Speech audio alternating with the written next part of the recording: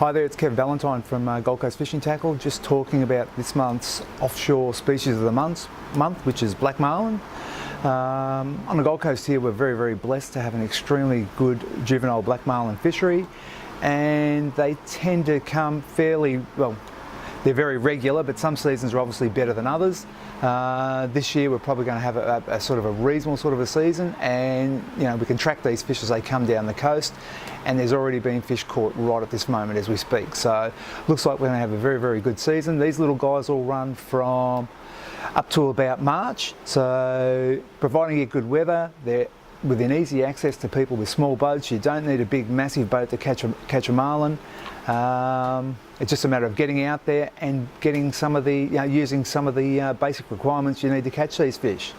Now, the marlin fishery out here is very lure focused early in the season, and we're very fortunate to have a couple of very good lure makers here in Australia. These little guys here are called Black Snacks. They're made locally. It runs top quality skirts.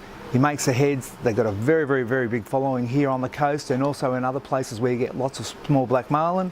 They work particularly well. There's another chap in Melbourne, Meridian Lures, again, Australian made, so we always try and buy Australian made and sell Australian made if we can do it, but these guys are extremely popular as well and got runs on the board. Now there's a couple of other brands we stock. These guys actually come from the States. This one here is a Bahama, this one here is a Black Bart. The main reason why we sell these guys is they have a lead insert in the heads, and they tend to hang in the water a little bit better when conditions are rough. So you need to have a little bit of an assortment of light ones for sort of calm days, and something with a little bit more weight in it for heavier days, just to sort of keep your lures in the water and keep them swimming properly. So, that's a pretty good indication, but these things have caught a lot of fish out of here. They're not super dear, and they're particularly effective. You still get other fish, dolphin fish, wahoo, Spanish mackerel, tuna, will all take those lures as well. So, you should have a few of those in your arsenal. Keeping your lures in good condition, we like to use these little lure bags, so everything can stay all neat and tidy. You can wash these bags out at the end of the day, and then just got to make sure that your lures are perfectly dry before you put them away. But that's how you look after your lures and keep all your skirts sitting nice and straight. That's one of my bags there, so you can see they do look very neat and tidy, and it's perfect for looking after your gear. Teasers are another thing that we run as well.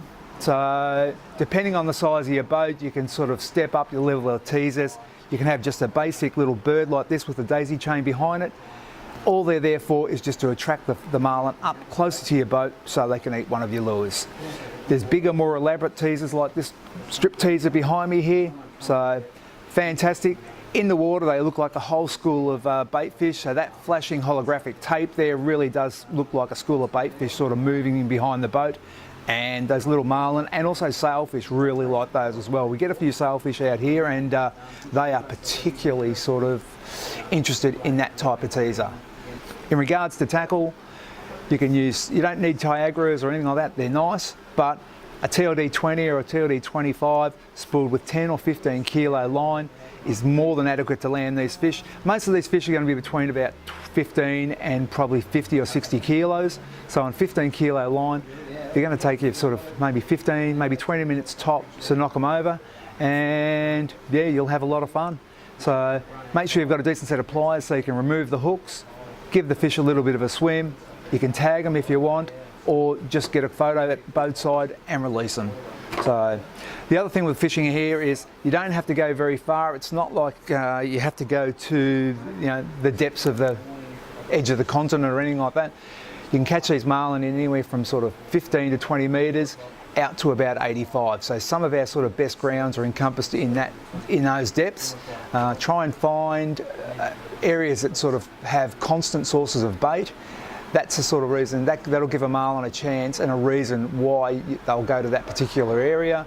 If you get one, you quite often get more than one, so they quite often do school together, so multiple hookups are very common, and they're a lot of fun. So one word of warning, if you do get a marlin up close to the boat and you decide to sort of get a photo or you want to grab the fish, grab the bill, make sure you're wearing decent gloves, and hang on, because the bill is very, very abrasive, and you don't want to sort of break your skin, because there's lots of little germs and that on the rough denticles of the bill, and infections are very, very easy to get. So a pair of gloves will alleviate that, and you'll be able to watch your fish swim off again, and somebody else will have the chance to catch them. So they do revive very well after capture most of the time. So, and we don't have a big shark problem on the Gold Coast like we do in a lot of other areas.